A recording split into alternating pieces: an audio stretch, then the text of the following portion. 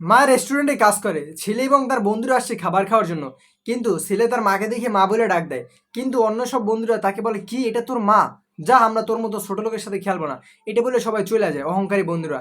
তারপর ছেলেটা দৌড়ে যেয়ে তার মাকে জড়ায় ধরে। তারপর মা বলে, বাবা তুমি এই জায়গায় বসো, আমি তোমাকে খাবার দিতেছি। কিন্তু ছেলে কি করলো, মায়ের কাজে হেল্প করতেছে, সেও কাজ করতেছে। দেখতেছে মা ফুলের পরিষ্কার করে, ছেলেও ফুলের পরিষ্কার করতেছে। তারপর তার একটা বন্ধু ওই জায়গায় ফুলের ময়লা ফেলায়। ছেলেটা যখনই বলে, তুমি ময়লা ফেলাইলে কেন, সে তাকে ধাক্কা দিয়ে ফালায় চলে যায়, যা ছোট লোক, আমার কাছ থেকে চলে যা। তারপর ছেলেটা কি করলো, তার মাকে কষ্ট বুঝতে দেয় না। সে তাকে মাকে ভালোবাসে প্রচুর, সে কাজ করতে আসে।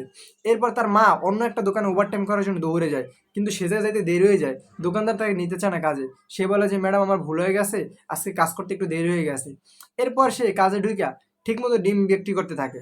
সে বিক্রি করার শেষে ছেলেকে নিয়ে যায় বাজারে কিছু বাজার করার জন্য। একটি শপিং মলে যাওয়ার পর তারা মাসিক বাজার করে একসাথে।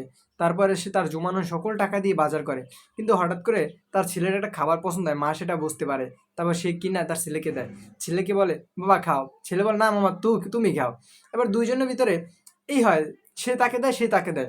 এবার ছেলে কি করলো, ওইটা খাবারটাকে মাঝখান দিয়ে ভাগ করে বড় অংশটা মাকে দিল। মা একটা দীর্ঘ নিঃশ্বাস ফেললো, যে সত্যি এরকম ছেলে বা ভাগ্যের ব্যাপার।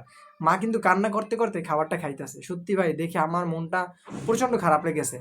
এরপর মা ছেলে ওই জায়গা থেকে দোকানদারকে ধন্যবাদ বলে ওই জায়গা থেকে তাদের বাজার নিয়ে বের হইয়া যায়। তারপর যখনই তারা বাজার নিয়ে রাস্তায় হাঁটতেছিল, তখন ছেলে দেখতে পায় যে তার মার কষ্ট হইতেছে। সে বলে, মা আমি তো তোমার বড় ছেলে, তাই না? তুমি আমাকে দাও, আমি পারবো। তারপর সে কি করলো, তার মায়ের কাছ থেকে বোঝাটা নিয়ে নিজে টানতে থাকে। কয়েক বছর পর সে যখন বড় হয়ে যে একটা চাকরি পায়, চাকরি পেয়ে প্রথম তার মাকে বড় একটা ফুলের তোড়া দিয়ে স্বাগতম জানায়। এরপর তার মাকে বলে, মা চলো আজকে আমরা বাইরে খেতে যাবো, আমি আজকে বেতন পেয়েছি। সে তার মাকে তার দামি গাড়িতে নিয়ে সেই বড় রেস্টুরেন্টে নিয়ে যায় এবং তার মাকে খাবার খাওয়ায়। সত্যি ভাই, একটা মায়ের কষ্ট তখনই দূর হয় যখন তার ছেলে প্রতিষ্ঠিত হতে পারে।